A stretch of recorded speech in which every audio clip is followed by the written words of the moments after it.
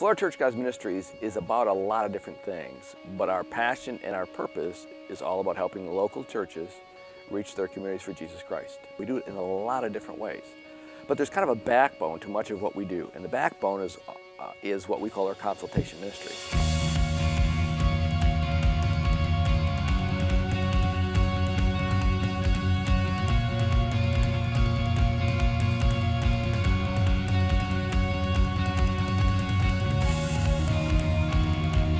Now, the consultation ministry is really a process, and the process involves first getting the church to fill out what we call it the self-study. They do a lot of work on their own. They look at their history as a church. They look at their community. How has their community changed? They look at their conversion rates. They look at a lot of different things, and they often will generate a report for us of 50 to 60 pages. And we take that report and we spend a lot of time in prayer.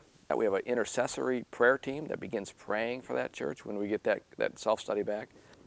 We then begin to analyze that information. What are we seeing God doing in that church? To understand where a church needs to go, it's helpful to understand where a church has been. And that's what the self-study helps us to do, is we then set up a weekend for the church.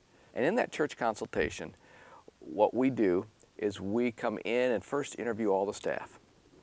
As we interview the staff, we look at their strengths and their job responsibilities and how they execute their calling that God's placed on their heart. But then usually on a Friday night, we will then meet with the lead pastor, and we listen to their dream. We listen to what God is calling them to do. We seek to understand what their gifts are and how God has uniquely equipped them to fulfill that unique calling, that vision in that community, in that church. Usually Friday night, then we'll do focus group. And the focus groups primarily are designed to give people in the body an opportunity to give us information. And we ask them questions like, what are the strengths of the church, and where, if there were changes needed, where would they see those changes needed, and then where would they like to see the church go the next 5 years, 10 years. So we get a lot of information from the church. On Saturday morning, we then meet with the leadership board without the pastor. In that leadership board, we ask many of the same questions we asked in the focus group. As we meet with the leadership board, we get the input of the leadership. At that point, we begin to process the information. Having done this at least 50 or 60 times, we've learned a lot about churches. We begin to share some of the things we've learned about church health in the context of a life cycle.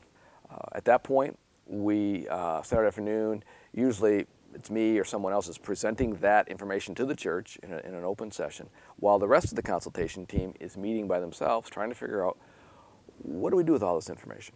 Out of all this information, we come up with usually 4, 5, 6 recommendations. We present those recommendations on Sunday after the morning service, and then we ask the church to take a couple weeks and pray about those, and then to vote on those. If that vote is positive, then we will go and spend another week or two looking at that recommendations and those reports, and then say, if that's going to happen, how are we going to pull that off? So in Florida Church of God Ministries, we do that by saying because a lot of those recommendations are going to cost money.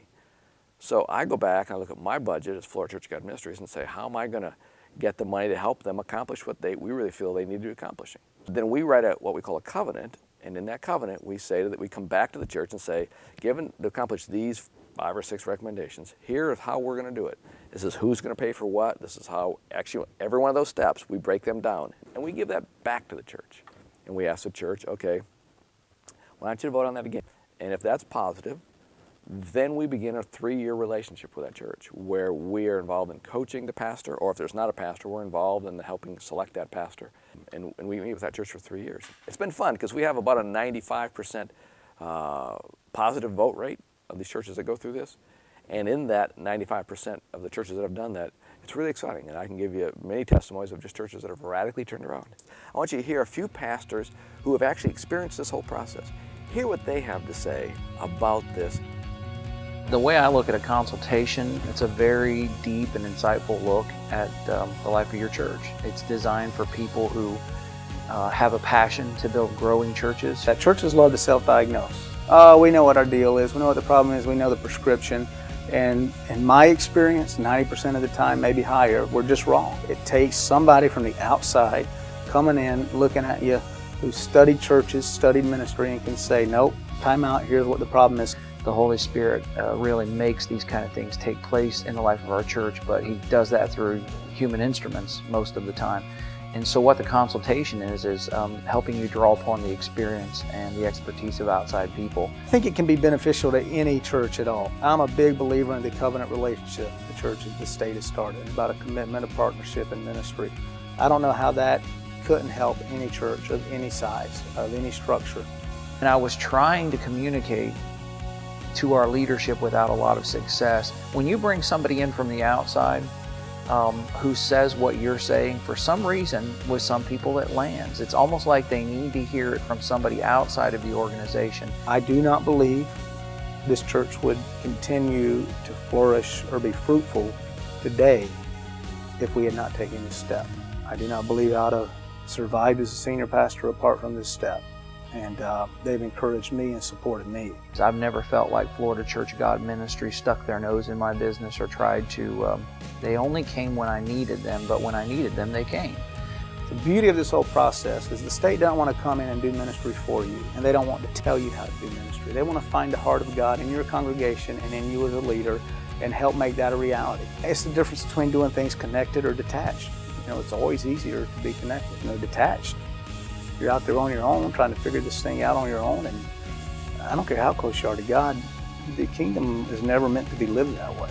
It's meant to be lived in community and covenant and mutual relationship and partnership. Now that you've heard a little bit about the consultation ministry, if you would like to be involved in the consultation ministry, and about 25% of our churches have already been through that process, call the office. Our number is 407-737-7633, or email me, greg@flcog.org. Would love to partner with you as we seek to change the spiritual landscape of Florida together.